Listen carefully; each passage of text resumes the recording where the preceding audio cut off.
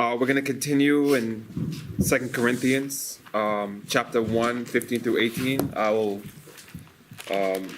read from 12 just to get the context back, okay? 2 Corinthians, chapter 1, verse 12. And this is Paul talking to the people in Corinth. For our rejoicing is this, the testimony of our conscience, that in simplicity and godly sincerity, not with fleshly wisdom, but by the grace of God, we have had our conversation in the world, and more abundantly to you ward. For we write none other things unto you than what ye read or acknowledge, and I trust you should acknowledge even to the end. And also you have acknowledged us in part, that we are your rejoicing, even as ye also are in the days of the Lord Jesus. And in this confidence I was minded to come unto you before, that you might have a second benefit, and to pass by you into Macedonia, and to come again out of Macedonia unto you, and of you to be brought on my way toward Judea. When I therefore was thus minded, did I use lightness, or the things that I purposed, do I purpose according to the flesh, that with me there should be yea, and nay, and nay? But as God is true, our word toward you was not yea and nay. And it continues. Okay. Oh, sorry? 2 Corinthians chapter 1, verse 12 through 18.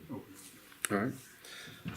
So to start it off, this was a really difficult text for me to do, not because it was complicated, not because it was hard, not because I didn't understand it, but it didn't seem like it had a lot in there. You know, it didn't seem like there was a lot of spiritual oomph in this. You know, it just seemed like like Paul's writing a letter and he's just giving the details about something. But it also reminded me as I did this that for us, the Bible is this spiritual mecca, this thing that we look to help us in our spiritual need, help us know about Christ. But when this was written, it served that same purpose, but it was Paul writing to real people who are going through real difficulties, having real issues. Like I would write a letter to Pastor Peter, or Pastor Peter would write a letter to me or to someone else. And I got a lot more from it when I was thinking about it in that way. 2 Corinthians starts off by talking about that he's writing to the people of Corinth, the people of Greece. So it's not only to the Corinthian church, but it's also to the church, the Macedonians and everyone that's around that area, right? And the context of this, we spoke about many times, but it's that Paul went there. We're going to discuss some of his journeys, but he went there. He labored with them for a year and a half, and he left them.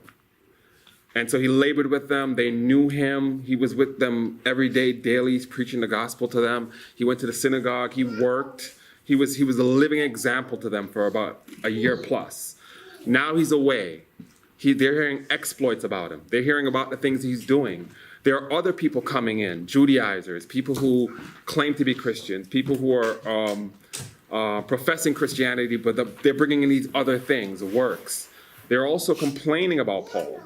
There's grumbling about why Paul hasn't returned, right? So this letter is written to edify them, to comfort them. It's written to teach them, right? He's continuing to teach them. Paul is constantly teaching, constantly expressing some truth about God.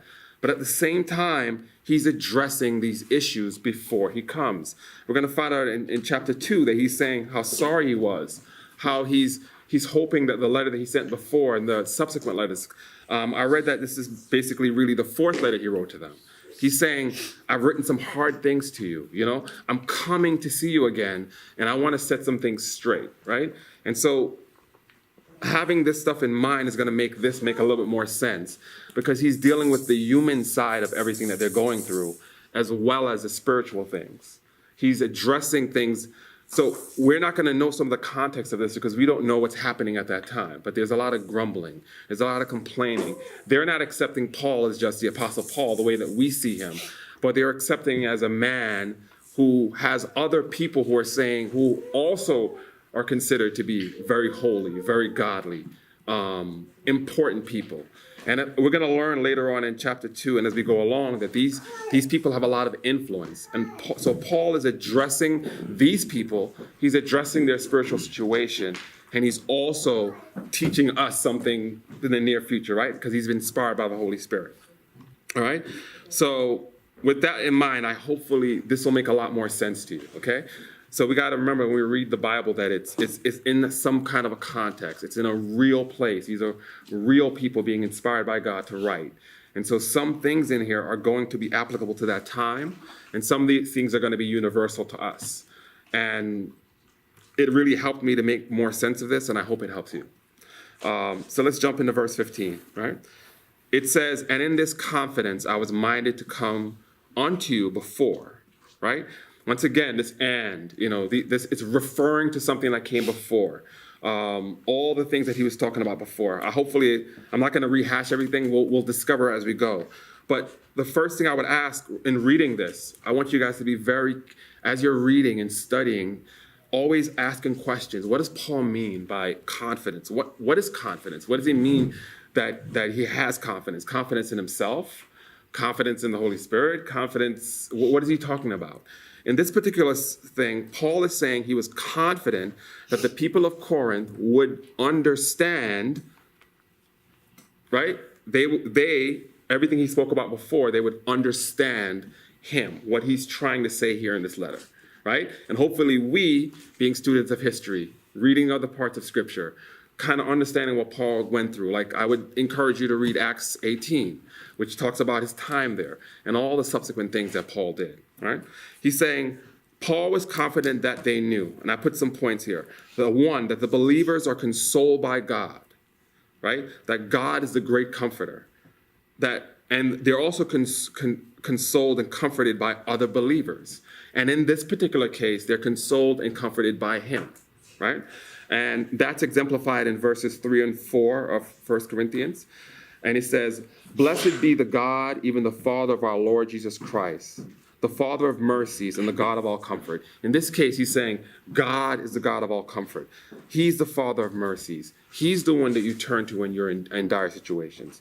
Verse 4, "God who comforts us in all of our tribulations, that we may be able to comfort them which are in trouble, by the comfort wherein we ourselves are comforted by God," right? He's confident that they know this, right? If they didn't know, he just said it in the beginning of this letter. But he's hoping that he's repeating something that they already know, right? We're reading some of these things. These are things that the Holy Spirit's already revealed to us in our lives. So when we read the Bible, it's kind of like, okay, yeah, I'm remembering. It's a remembrance, right? We're reminded of what Christ has done for us, more than, this is something completely new to us, right? Verses 6 he says, "And whether we be afflicted, it is for your consolation and salvation." So he's talking about himself. He's talking about the Timothy, who he's also saying he's writing about. The other apostles, other believers. He says, when other believers are afflicted, it is for your consolation and salvation. What does that mean? Well, how could Aziz's problems be a comfort and consolation to me? Why? Because when God delivers him, it's as if he's delivered me, right? We're told to share in the joys and the problems of our fellow believers.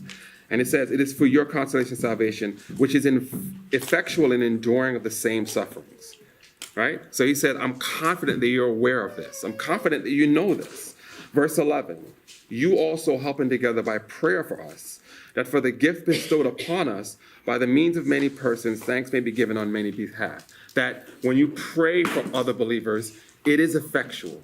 Right? We learned from Benito last week in James how the prayer, how when we're down, we should turn to others and let them know what's going on so they can pray for us. Why? Because it's effectual. It's helpful to us. Right? He's also letting them know that the prayer and the goodwill that you've put towards me, that helps me. That was a joy to me. Paul is saying he's confident of this thing. Second thing he's talking about is that he's confident that they were happy to know that Paul had overcome challenges, right? He knew that they would be happy to know, not that he faced death, as he talked about in verse 14, but that he was able to overcome it, that they were helpful to him. Verse 14 says, "And also you have acknowledged us in part, that we are your rejoicing, even as you also are ours in the day of Lord Jesus Christ." He was aware that they knew that he loved them and that they loved him.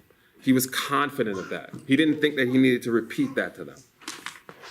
Point 3, He was confident that they knew that he, Paul, and the other apostles were single-minded in the mission to spread the gospel and his love for the Corinthians, Paul in particular, right? He was confident that they knew that. Why? Because he spent a year, 6 months with them. He labored with them. He worked with them. It's going to talk about later on in 2 Corinthians that he didn't ask them for any gifts. You know, what are one of the big problems in today's churches, right? These mega preachers, they're always, give me more money. They're always asking for something, right? They're always saying they're going to do something if you give them something. Paul's saying, I didn't ask you for anything. I worked when I was there, and I labored every day. What did I do every Sabbath day? I went to the synagogue and I preached. When they rejected me, I went and I preached door to door. What was I doing every day? He was confident that they knew this. The last time we talked was exemplifying that they knew of his simplicity. All right? So that's the confidence that Paul is talking about. That in this confidence I was minded to come onto you. Minded meaning he was resolved, he was determined, he had a plan to come and see them, right? Because of all the things that he just said, because of all the things that they knew about him, he wanted to see them. It wasn't a begrudging thing, right? Bob was talking about coming early to church because you're missing out. Like you shouldn't be dragging your feet to come in. You should be excited to be there. Obviously, hindrances stop us from getting there early, but it's a joy to go to church. It's a joy to go to Bible study. It's a joy to be among the fellowship of believers. And he knew they would be confident that when he said, I'm going to come, I would come. Once again, the context is this, that there are people there saying, Paul hasn't come yet. Why hasn't Paul come?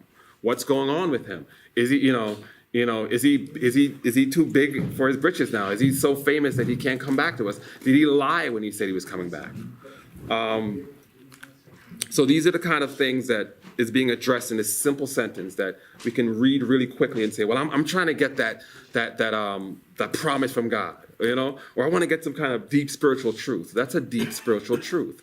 That if we don't love God in that way, if we're not excited to read his word, to pray and to do these kind of things, there's something fundamentally wrong with our faith, all right? Point 2. Paul was saying that he was determined to come to see them because they would have a second benefit. Well, how was Paul returning going to be a second benefit for them, right? Paul wanted them to know that it was his fervent wish to see them and to bring them joy at his return. It's a benefit to them because he's confident that they were benefited the first time he came, right? He's confident that they wanted him to come. Someone read 2 Corinthians chapter 2, verses 3 through 4. I gave it to you. And I wrote the same unto you, lest when I came, I should have sorrow from them of whom I ought to rejoice, having confidence in you all that my joy is the joy of you all. For out of much affliction and anguish of heart I wrote unto you with many tears, not that ye should be grieved, but that ye might know the love I have more abundantly unto you. Thank you very much. So he was talking about how he's writing again to them and how he had sorrow for them, that he knew they missed him, that his joy was their joy, and that the letter he wrote in 1 Corinthians, which was very harsh, right? It was putting their business out in the streets. He was saying, you guys are doing this. You have to stop this. You have to stop committing adultery. You have to stop sleeping with your father. He was addressing all the ills of that church, which makes some people think the 1 Corinthians wasn't a good church, but they were believers. He was admonishing them like we should admonish each other, that we should exhort each other. Why you should say, Glenn, I think what you did was wrong. The same way he was doing it. He said, but I'm sorry that he's going to talk about more in the next chapter about he's sorry about that, because they were grieved, but he's not sorry because they changed, they repented. But you're going to read the rest of this letter and this epistle, and he's going to show how much he loves them, right? It's a benefit to them that he comes so that he can help set the things that are wrong right, right? If I said, hey, me going and hanging out with you, Benito, it's going to be a benefit to you. It's going to sound very prideful, but that's not what he's talking about. He's confident they know that his single-minded purpose is the glory of God, is to spread the gospel. And so it's going to be beneficial to them. It's not just for him to come there like these other people are, to commend themselves and to make themselves look big. It was only to grow them closer to Christ. Glenroy? He said to the Philippians in chapter 1, I don't know whether I'll live or die, but I believe I'll live, because if I live, that means more blessings for you. Amen. Yeah. And so he understood that God was using him in a way to build up the saints. Yes, exactly. Verse 24, it's nevertheless to abide in the flesh is more benefit for you. Which book is that? To me, I would rather be with Christ up in heaven. But for you, that's what I tell my children, that you ought to thank God that you have your father who's regenerated and saved in this house preaching the gospel to you. You're fortunate that you have your dad in here. Thank you. All right, point 3. What did Paul convey about his love for them by description of his plan? So he goes on in verse 16 to say that he's going to pass into Macedonia and then come again out of Macedonia and then be brought onto Judea. He's giving them a play-by-play of what his plans are, right? He's being very specific so that they understand that he's coming. He's planning to come. He wants to come, because the argument that they're hearing is, why hasn't Paul come? Why hasn't he returned? What's going on? You know, why hasn't he come back? He said he was going to come back. Someone read 1 Corinthians 16, 5 through 9. We're going to find out that he made a promise to them before, right? Now I will come unto you when I shall pass through Macedonia. For I do pass through Macedonia. And it will be that I will abide, yea, in winter with you, and ye may bring me on my journey whithersoever I go. For I will not see you now by the way, but I trust to tarry a while with you, if the Lord permit. But I will tarry at Ephesus until Pentecost, for a great door and effectual is open unto me, and there are many adversaries. Right. So what is Paul saying here? Right? Help me out. What is Paul saying here in this? That's the end of 1 Corinthians. What is the promise he's making to them? He's going to try to come back, but only if the Lord permits. Exactly. He's going to come, and he's going to do it. He's just going to pass by? No. The word tarry means he's going to stay for a while. He's going to stay for a long enough period for them to kind of know him, right? This is the promise that he left them in that letter. And I said he wrote subsequent letters, and they were very harsh letters. So they're wondering, well, is he going to really come or not? Right? We see the part where he says, if the Lord permit. But they don't know what's going on. They don't know. It's not like today where we have, cell phone, Facebook. We're updated every 5 minutes about what's happening in the world. They don't know what's going on.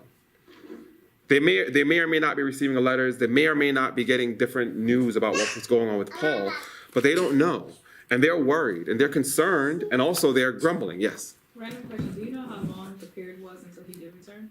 I'm not 100% sure. I actually have this map right here to kind of show you. He was going all over the place. I'm not 100% sure. I'm sure there's a way to figure it out. Yes, Paul? Well, in Acts 16:7, I think that the door was open and he was heading to Bithynia. And the angel of the Lord, the man from Macedonia, came over. And he went to Macedonia. And there was Lydia to preach the gospel. So he was stopped right there, dead in his tracks, in Acts 16:7. And then at another time, in Acts 19, he went to Macedonia, and he did state in those letters that they were very, very good givers. And when you were saying before about his living, he made that living as a tent maker. Exactly. Yeah. And that's how he met Lydia and them. And so thank you. So chapter 16, chronologically, is before he first went to Corinth. He left Corinth in 18, and in 19 went to Macedonia. So let's take a look at the map. So when he writes this letter to verse 1, with all the saints which are in Achaia, which is kind of like Greece or the Greek area, he's talking about Corinth, Thessalonica, Berea, Macedonia. So this letter is going to be circulated with them, specifically to Corinth, but he's talking about that whole area. Because you ever heard him say, in Asia? He says that a lot. He's talking about this other part, where there's Ephesus and Pergamon, and that's Asia to him. Achaia is this other part where it's Thessalonica, Macedonia, Corinth.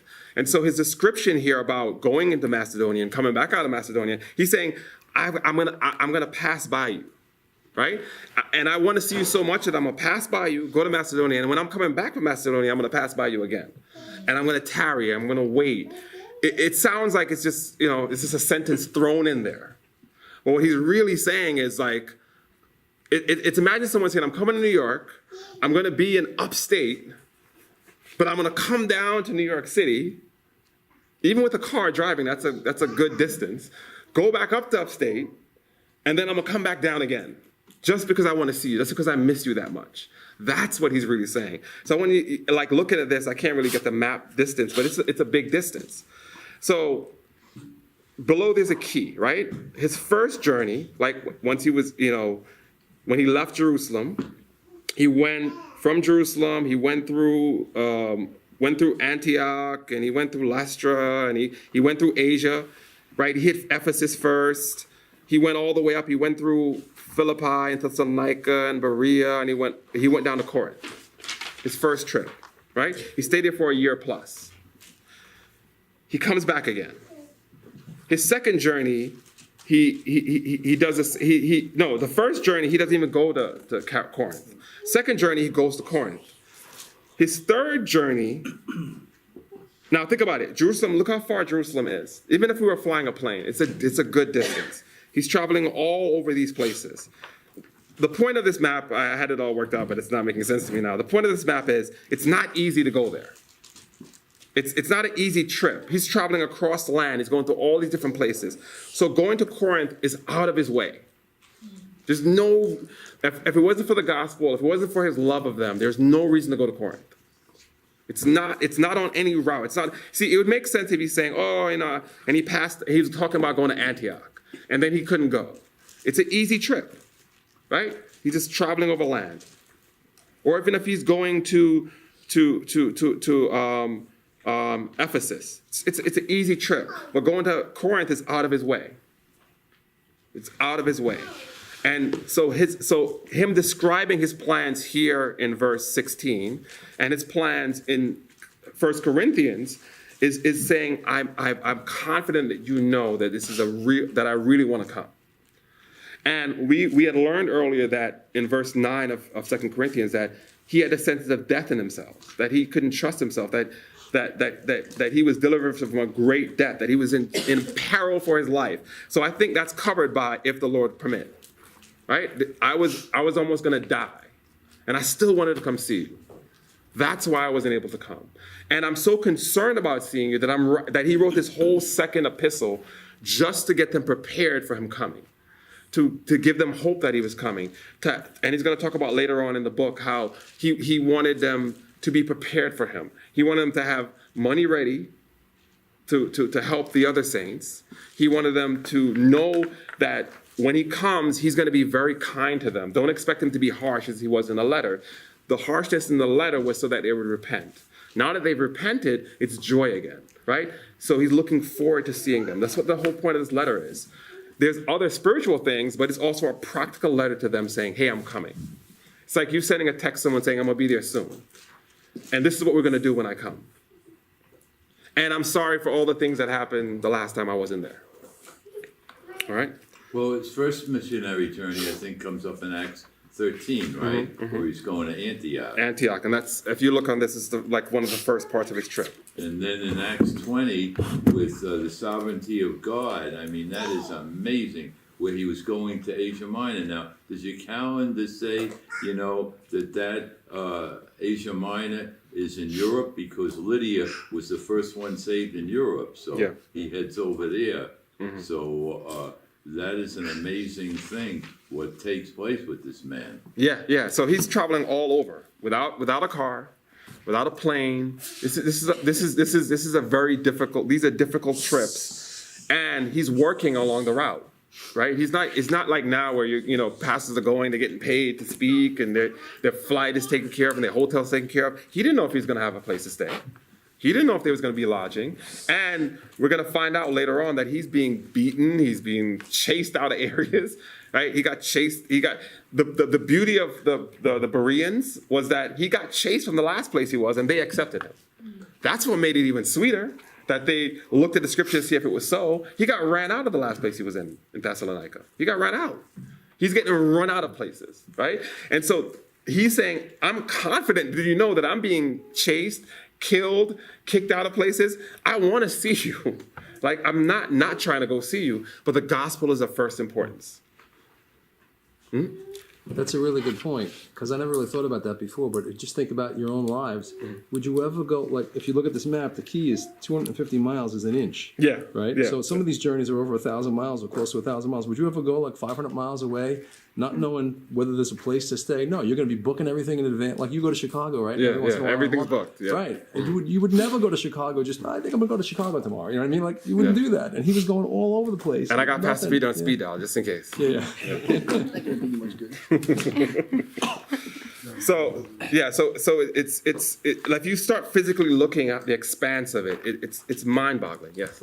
Just to add on to that, it's crazy that he would do that, but it's also a testament that he was able to rely on the brother for that for hospitality.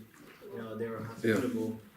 They had a place for him, and it just shows like the love of God. Amen. Amen. Also, Glenroy, his like church planting strategy was always to go to the biggest cities, and so he would always wanted to get to Rome because of its the capital of the world. But I mean Corinth,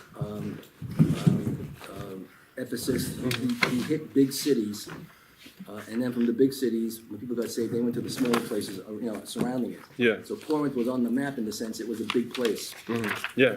Yeah. heavy population. Exactly. And he actually he didn't face a lot of difficulties there. It was difficult, but he wasn't beaten. He wasn't run out of town. And I think actually, if you read Acts 18 and 21, it was the leader of the synagogue who got beaten because he followed Paul. Right? But anyway, let's continue. If anyone has any questions.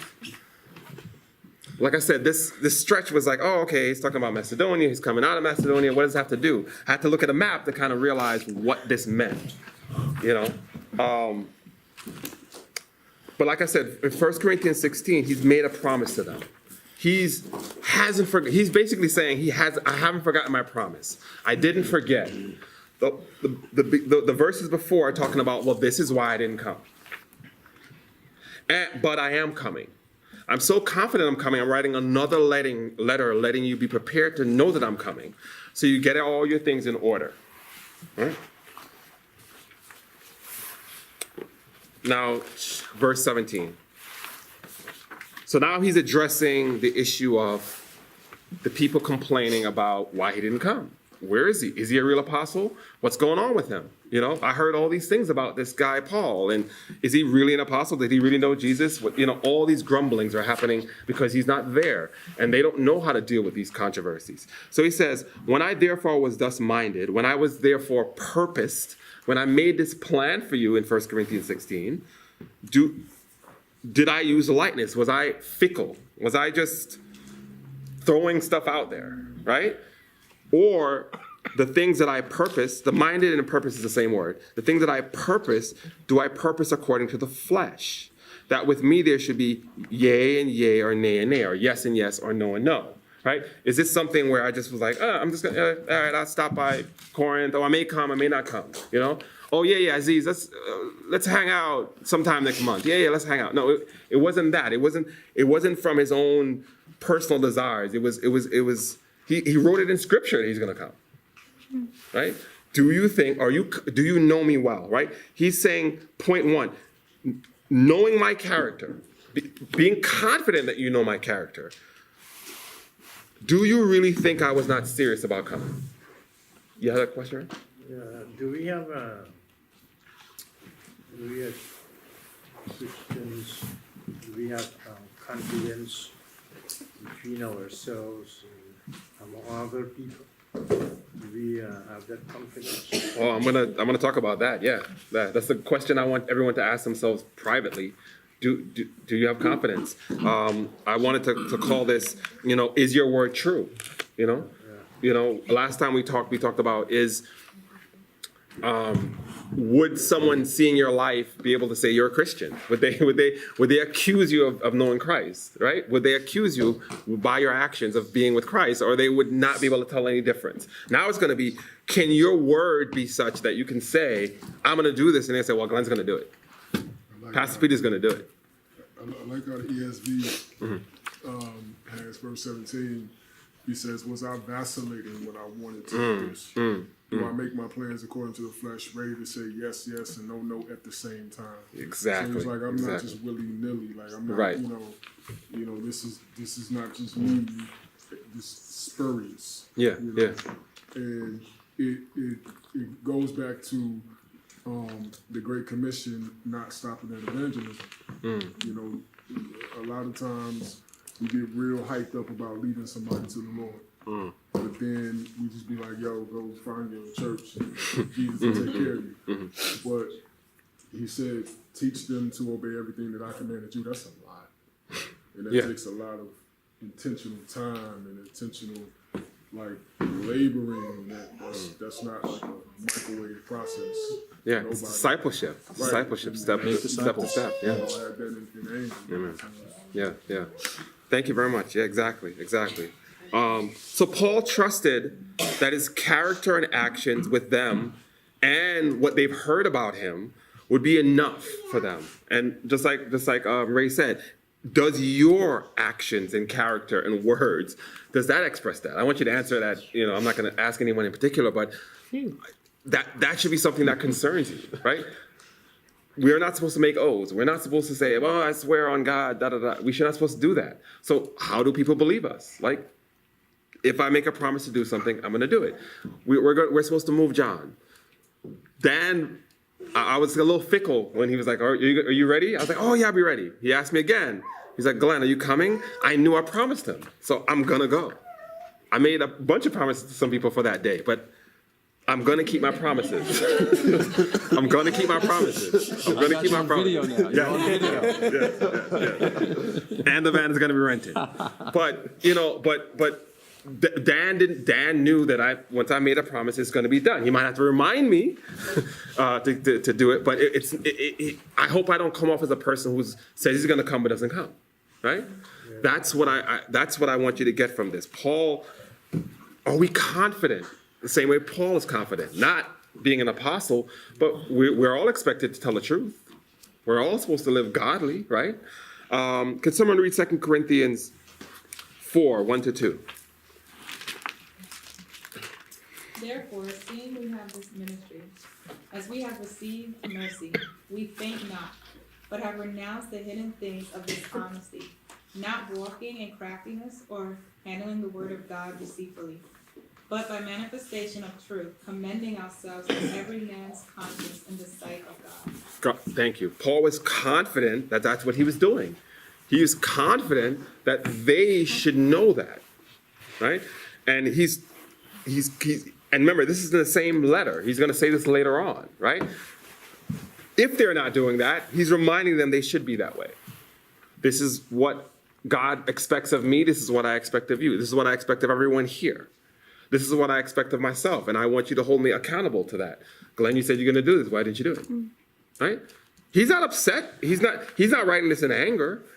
He's answering the question. Well, why didn't you come, Paul? You said you were going to come. You wrote a letter to us saying you're going to come. Well, this is what happened. But I'm definitely coming. I was hindered from coming to you, but I'm coming. And this crazy journey that I'm going to go through to get to you, to show you, I'm all the way over here. I got to get through all these other churches because I promised them too, and I'm going to get to you no matter what, unless God willing. And that's a big promise to make. But he says, I'm confident that you know my character. Right?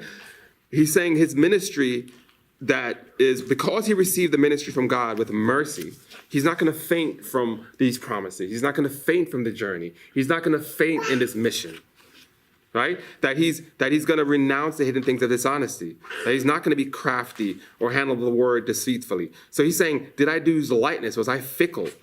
Am I the kind of person, or am I going to do it according to the flesh? He's not saying he's incapable of doing those things. He says, I'm single-mindedly focused on Christ. And because I'm single-mindedly focused on Christ, my word is good. Your word should be good. We're going to fail in certain things, but by and by, largely, your yes should be yes, and your no should be no. Yes, right. Question. Are we obedience to one another and show kindness to one another? No kindness? You want me to answer that? Because no, I'm not obedient and kind as I should be. Let's say, George, as we show our obedience and kindness to one another as a Christian. If we're doing that, or If we as Christian, right, show obedience and kindness to one another. I think I gotta think. Are you saying if we do that, it reflects well to others? Yeah. Okay. So he's saying if we behave in the way that the way I'm talking about, it reflects better to people outside than if we don't behave in that way. I think that's what Ray's saying. That's a good point, Ray. Thank you. Could someone read 2 Corinthians 5:11-14? Knowing therefore the terror of the Lord, we persuade men, but we are made manifest unto God, and I trust also are made manifest in your consciences. For we commend not ourselves again unto you, but give you occasion to glory on our behalf, that ye may have somewhat to answer them which glory in appearance, and not in heart. For whether we be beside ourselves, it is to God, or whether we be sober, it is for your cause. For the love of Christ constraineth us. Thank you, Dan. So he's constrained by the love of Christ. He's constrained. He knows the terror of the Lord. He knows that we're all. Well, you tell me. What's the outside world facing? What's the end for the outside world? The people that do not believe. Destruction. Yeah. Exactly, right? They're going to hell. He knows the terror of the Lord, right? This is a verse that I would always think of when I'm saying, well, we got to evangelize, right? Knowing the terror of the Lord, we persuade men.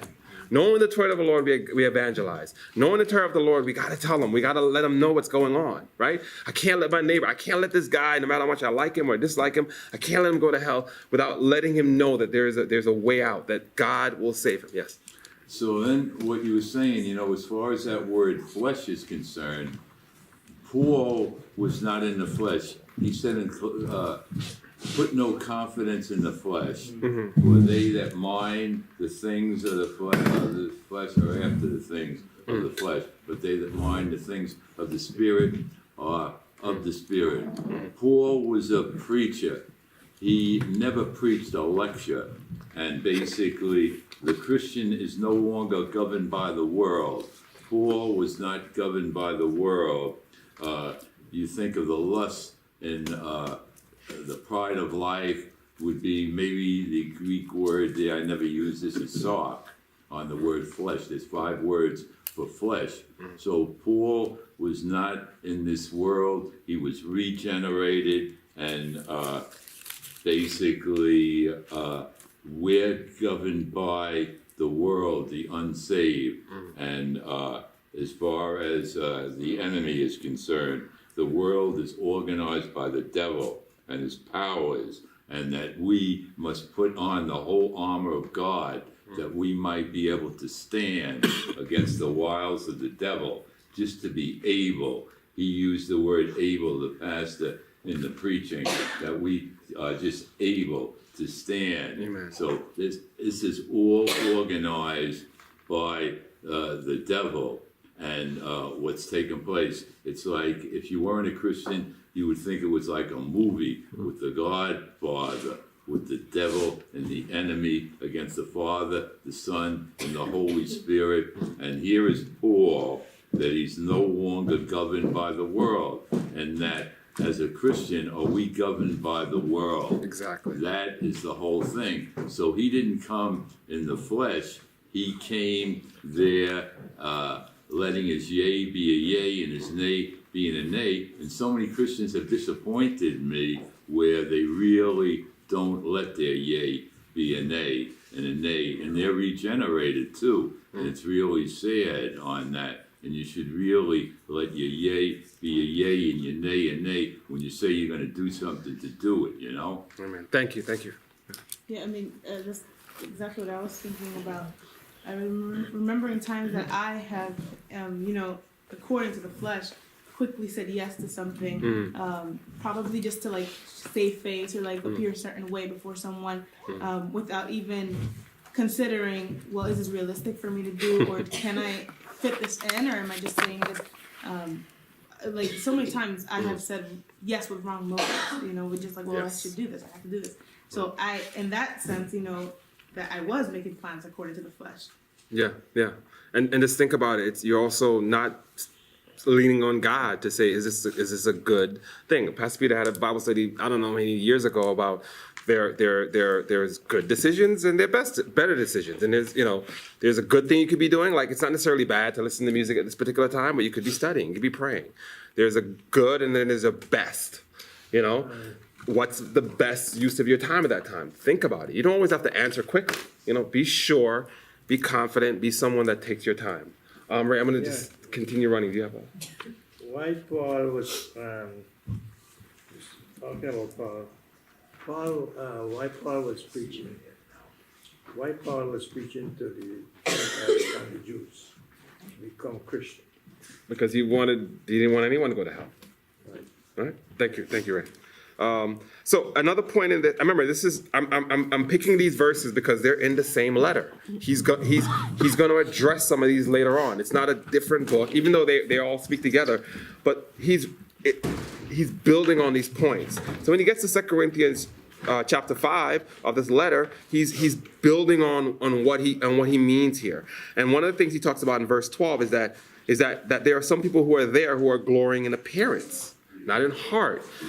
That they're making these accusations to make themselves look better and to diminish him and to diminish Timothy and to diminish the other apostles so they can then be Lord over them, right? But they're not in heart, right? He's saying you need to focus on Christ and not on men, not on your favorite pastor or your favorite singer or your favorite whoever it is, your favorite Bible teacher. It's what does the Word of God say, right? Because we're constrained by the love of Christ and we know the terror of the Lord, and that should be our focus and our goal. That's going to make your yes be yes and no, because if you have eternity in your mind, you're not going to make these kind of flippant choices, right? Because you know that we have a finite short time, right? Just wanted to make that point. Point 2 in this, Paul is saying, does he or Timothy or any of them, do they seem like people that would make carnal decisions after the flesh, like Bob was talking about, right? But Paul was what? He was confident in the fact that they knew that he was sold out for Christ, right? The love of Christ constrained him, that he knew the terror of the Lord. I think sometimes when we behave, us believers behave in a certain ways because we don't remember the terror of the Lord. The love of Christ has not constrained us. We are too much in the world.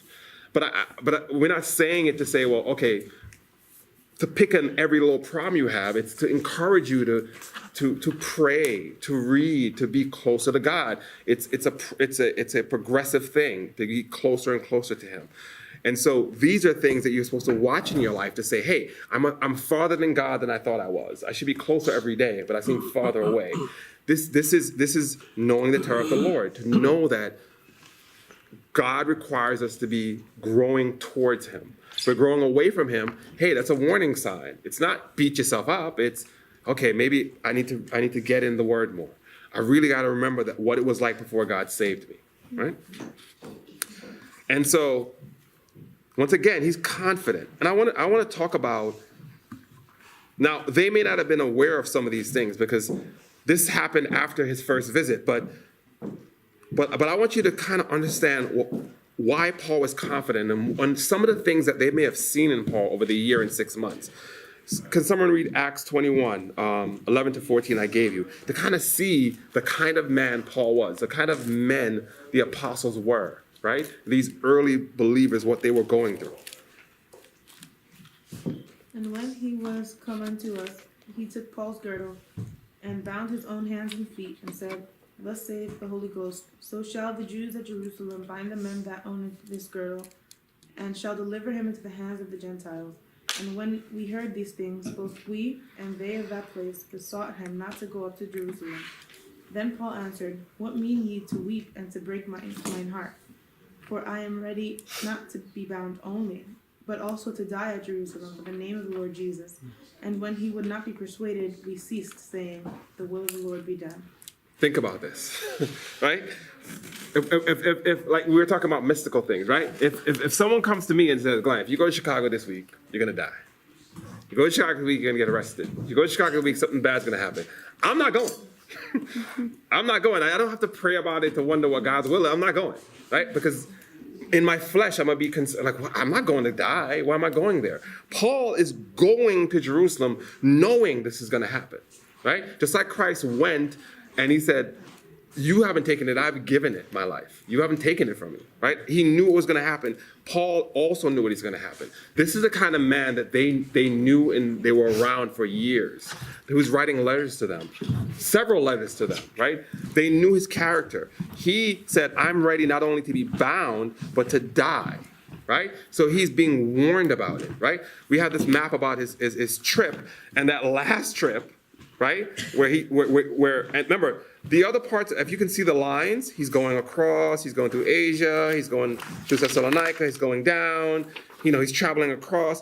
This last trip, he was taken, right? It's a lot of water, right? I think he crashes on the island at some point. He's taken straight to Rome. He's going straight to Rome. On the shipwreck he crashed. Yeah. He's being brought now. And so you might look at it and say, oh, yeah, Paul, it was, he had a good run, right, as an apostle. And then his circumstances went bad, and then he went to Rome, and then, he got imprisoned. No. He knew this would happen. He was aware of this, right? When God gave him his commission, he said that you're going to suffer in my name. He said that specifically, right? So they knew this, and Paul knew this, and he told them that he's willing to die in the name of Christ, that it'd actually be better for him to die. But he's staying because it's more expedient, like Pastor Peter said, to bless them, to preach the gospel. If it wasn't for that, and he had a choice, he would go to heaven. And it's going to talk about this in 2 Corinthians, the rest of 2 Corinthians. But think about this. He's ready to not only be bound, but to die. Right? He's having vision. This guy came to him. He had the visions, and he knew the future. And Paul is saying, why are you crying? Right? You're breaking my heart. Like in my flesh, I'm terrified. Right? We know he's terrified because in verse 9 he talks about how he had a sense of death in himself. Right? And then he couldn't trust in himself. So he's a flesh and blood human being like us. He doesn't want to die. He wants to be in heaven, but he doesn't want to die, right? We all want to go to heaven. No one wants to die to go there, right? But he's willing to do that. He's willing to suffer these things. He's confident that they knew that, right? I couldn't write this kind of letter to anybody and say, "Oh, you know who I am. You know I'm not." No, I wouldn't. I would feel very prideful to write this kind of letter. But he's saying, I'm not, like Bob is saying, I'm not in the flesh. I'm talking from the will of God. I'm talking as a man that's sold out to God. And so this is not a prideful letter, right? It's a letter that's showing how much he submitted to Christ. Could someone read Acts 20, verse 18 through 22? You know from the first day that I came into Asia, after what manner I have been with you at all seasons, serving the Lord with all humility of mind and with many tears and temptations, which befell me by the lying in wait of the Jews, and how I kept back nothing that was profitable unto you, but have showed you and have taught you publicly from house to house, testifying both to the Jews and also to the Greeks, repentance towards God, and faith toward our Lord Jesus Christ. And now, behold, I go bound in the Spirit unto Jerusalem, not knowing the things that shall befall me there. Thank you very much. So this is before this. So they tell him this vision. He's like, oh yeah, I know I'm going to go. I'm not only going to bound, but I'm going to be died. Before that, he warns the people in Ephesus. Like that's close to Corinth too. He's over in Ephesus. And he says, and he goes to them, and he actually, no, I don't think he's in Ephesus. He calls them over to him. And he gives them this proclamation. And he's crying. He says, you know me. You've seen what I've done with many tears and temptations. And I have kept back nothing from you that's profitable. And he says, I'm going to Jerusalem, and not knowing the things that shall befall me there. He knows he's going to die, but he doesn't know everything. Like, it's not even like, oh, I'm going to go there, I'm going to stay in prison for a while, he just knows it's not good. But it's going to further the gospel, right? Anyone read Romans? What does he talk about in Romans? Does anyone remember Romans? Right? What is he saying? He's bound, like Pastor Peter was describing it. He's in imprisonment. He's bound. There's a guard with him all the time. He's alone. He's segregated, but he's writing. Right? He's talking all these joyful things. In Romans, he was excited to go to Rome. He wanted to go. Now he was brought. There. What does he say? He said. What did he say, Pastor Peter? That he was blessed. That even the household of Caesar's household was blessed. Right? He couldn't have reached Caesar's household from Corinth or Jerusalem. That he went there because the gospel would be spread. Right? But once again, he's showing his character. They knew this, that he went from house to house and he taught publicly, and that he kept back nothing that was profitable to them.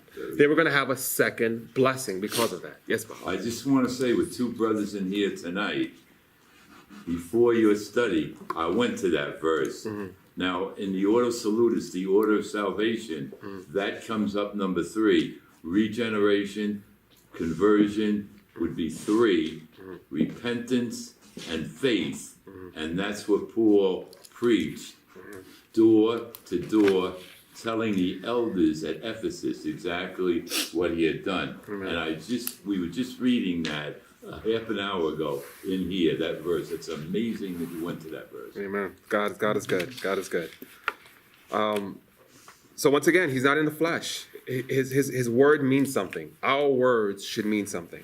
So we're going to go to verse 18. This is underscoring everything, right? Once again, it's not, I'm trying to get you deep into what's happening, the context, the time, what kind of spiritual truth Paul is talking about. Once again, he always points back to God, right? Before you can think, well, it's really all about Paul. Paul's just talking about himself. No, he goes back. He says, the foundation of everything that I'm saying to you, the reason why I'm so confident is because verse 18, but as God is true, our word toward you is not yea and nay, right?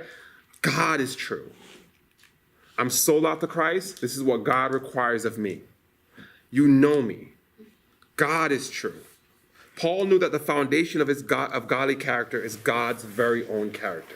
We were talking about the other day about the attributes of God. They need to become our attributes. We study the attributes of God to know what we say. The Bible says we're supposed to be like him. That's the goal, to be like him. We need to find out who God is, how God is. We need to exemplify godly character, right? Yeah, but some of those attributes are communicable. Yeah, exactly. Well, the ones that we can. Like, there you go. There's some things we can't do, right? We can't be infinitely loving, infinitely wise, right? We can't know everything. But we can be kind. We can be gentle. We can have mercy. We can tell the truth, right? Right? Yeah. We can have compassion. We can be just, These are all things that we can do throughout our daily lives. Maybe not every single second of our lives, but we can be reminded. The Bible talks about being reminded of these things, renewing our minds in these things, right? So Paul knew that the foundation was God's very own character. Could someone read Titus 1, 1-2? Paul, the servant of God and an apostle of Jesus Christ, according to the faith of God's elect, and the acknowledging of the truth which is after godliness, in hope of eternal life, which God, that cannot lie, promised before the world began. Right there. Thank you. Right, so God that cannot lie, right? That's the foundation. God doesn't lie. I don't speak lightly, right? He wrote a letter. He wrote scripture. It wasn't necessarily scripture at the time, but he wrote it with the full understanding that it's going to be passed around from church to church to church to church to church. Why would I make up something lightly? Why would I say I'm coming when I'm not coming? Right? Underscoring that is that God does not lie. Me as a man of God, I'm going to try to make sure my word is true. Once again, is our words true? Do we try to exemplify this? Right? Denise talked about being flippant, very light. Oh yeah, just saying yes to say yes. No, let's start thinking about it. right? Because our character reflects on God's character, right? Ephesians 2:19-20. Yeah, it's kind of jumbled in this, but Now therefore, ye are no more strangers and foreigners, but fellow citizens with the saints, and of the household of God, and are built upon the foundation of the apostles and prophets, Jesus Christ himself being the chief cornerstone. right. So all that we have is built on the foundation of God, of Christ, his sacrifice, and the apostles, right? Most of what we know is from the apostles or someone who knew the apostles. He's saying God is a foundation, his godly character. I'm one of the apostles, and I'm the foundation of what you know. He's putting it all on the line. That's something I wouldn't do. I wouldn't go to anybody and say, well, based on my character, I'm not going to do that because I know I'm a flesh. But he's saying, no, in the spirit, as a missionary of God, as being appointed by God, you can trust what I'm saying. Yes, Denise. I'm not sure if I'm going to articulate this question in a way that makes sense. But when he says, my answer to you was not yes and no. Well, my word, whatever. But basically, like, is he trying to assure them that? Because I'm thinking, like, if it were to be that kind of like uncertainty, then that would probably put fear in their heart, being that he's not trustworthy. Like, why would he want to? I'm trying to figure out why he would add that extra part and saying, like, my answer to you was not yes and no. What would it? He means his mind. Well, in mine it says lightness. He said, "I'm not fickle." If I ask you, "Hey, Denise, could you help with the children's church this week?" and you're like, "Well, maybe. Well, yeah, no." Like, I'm gonna get the impression you don't want to do it. I'm not getting the impression you want to do it. I'm getting the impression you don't want to do it. You're not really answering me. He's saying, "I didn't do that. I wasn't, maybe I'll come, maybe I won't come." Well, it depends on whether it's raining or it's hot or it's cold. It depends on whether I really have a good harvest in Ephesus. I might not come. That's someone who's double-minded, who's not trustworthy in that sense. He's saying it was yes, I'm going to come. Trust that. If he said yes or no, he didn't really answer you, so he can get out of it. He's like, it's a way out. It's just like when he says, "I swear on the temple steps and the altar." You're not swearing on God. It's another way of saying that. It's a phrase. It's just saying, I'm not really answering your question. I'm leaving space to not do it. Just like if you say, "Oh yeah, I'll do it, but maybe I won't do it." Maybe like I've asked people, "Hey, do you want to go out?" Oh, they start giving me all these excuses. In my mind, he didn't want to go. It would be yes or no, or I'll let you know. He said, I didn't even do any of those things. It was, I'm going to come, right? We read what he said. I'm going to be there. I'm going to stop in Macedonia. I'm going to come and see you. I want to come see you. So he's saying, the way I answered you was definitive. My character is definitive. God requires me to be definitive as his minister. God is definitive. That's kind of what he's saying. He's saying, I'm not double-minded. I'm not a person who's fickle, who will say something flippantly. Someone who says something flippantly might say yes sometimes, they might say no sometimes. He's saying it's always an affirmative, definitive answer. It doesn't mean yes as in yes, I'll do it, no, I won't do it. It's, if I say no, it's no. If I say yes, it's yes. It's not both. That's kind of what he's saying. I hope that makes sense. But anyway, he's saying the foundation of this is built on the apostles and prophets, with Christ being the cornerstone. God's character, their character as the ambassadors of Christ. For some of them, that's all they ever knew, right? Is the apostles. And for us, the scriptures are all we ever know, right? And so that's the foundation. So if we can't trust what Paul's saying, we can't trust the Bible. We can't trust what the prophet said in the Old Testament. We can't trust that Jesus Christ really fulfilled the scriptures. It's all based on a foundation. And he's saying that, we talked about in 2 Peter, 1 Peter, that we now are cornerstones and we're building on a foundation. In 1 Corinthians, he talked about this foundation each Christian is building upon. So we are each other's foundations.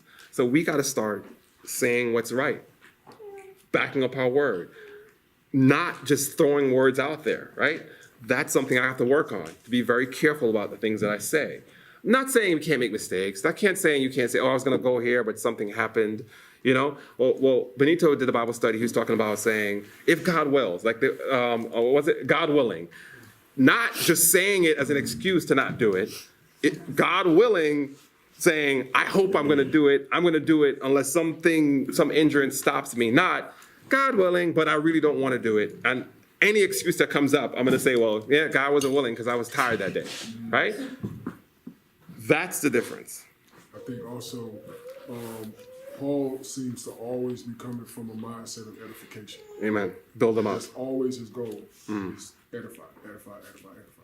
Yeah. And so, but we in this particular era of time, in this culture, especially in a metropolis like this, and everything's fast paced, we got so many things to do.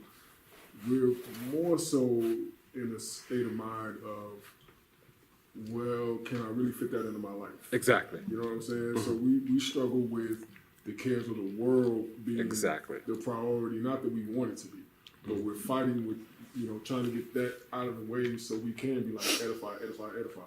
So I think it's, even in my life, like I constantly ask the Lord, like, help me to see the people around me that are in my way when I'm trying to get off the train or bumping into me or being nasty to me or whatever as mission field.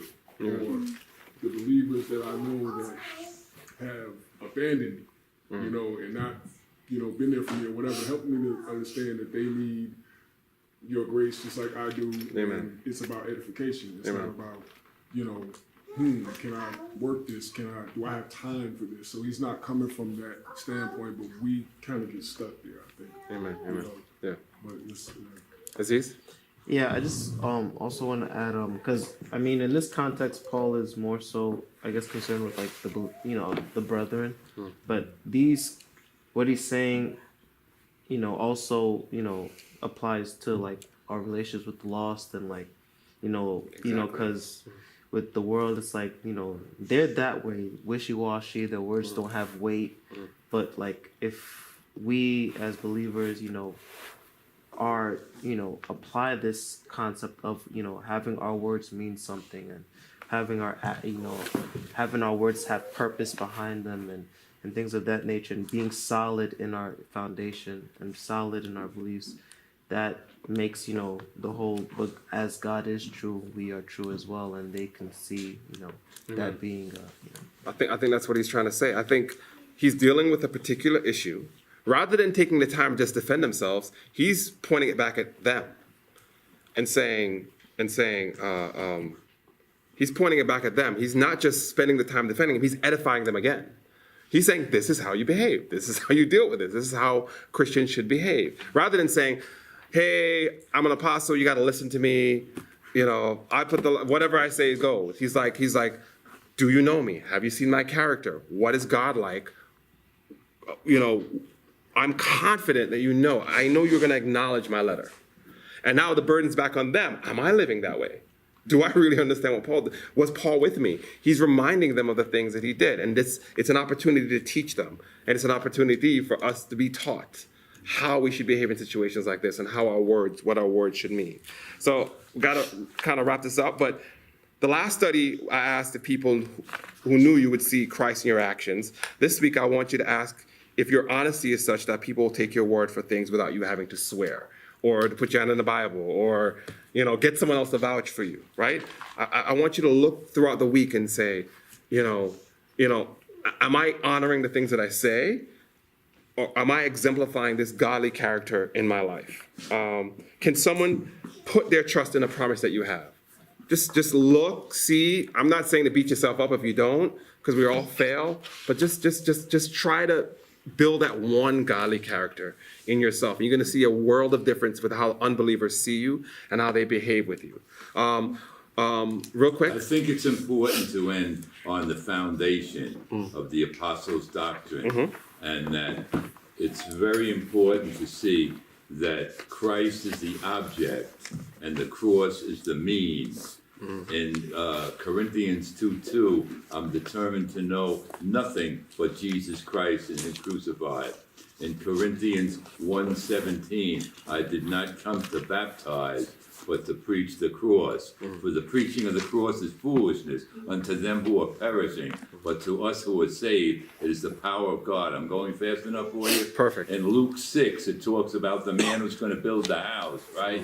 He digs those foundations deep, deep, deep. It's on the solid rock, which we all know that Christ is that solid rock and that he is the foundation. And basically what it's talking about is that the great apostle Paul preached the cross like no one ever preached the cross. He ended with, but God forbid that I should glory, save in the cross of the Lord Jesus Christ, in whom this here world is crucified unto me, and I unto the world. So the bottom line for me, Christ is the object, and the cross is the means. Thank you very much. That was good. Very succinct. So before I end, real quick, Pastor Peter asked us to read to pray according to Ephesians 3.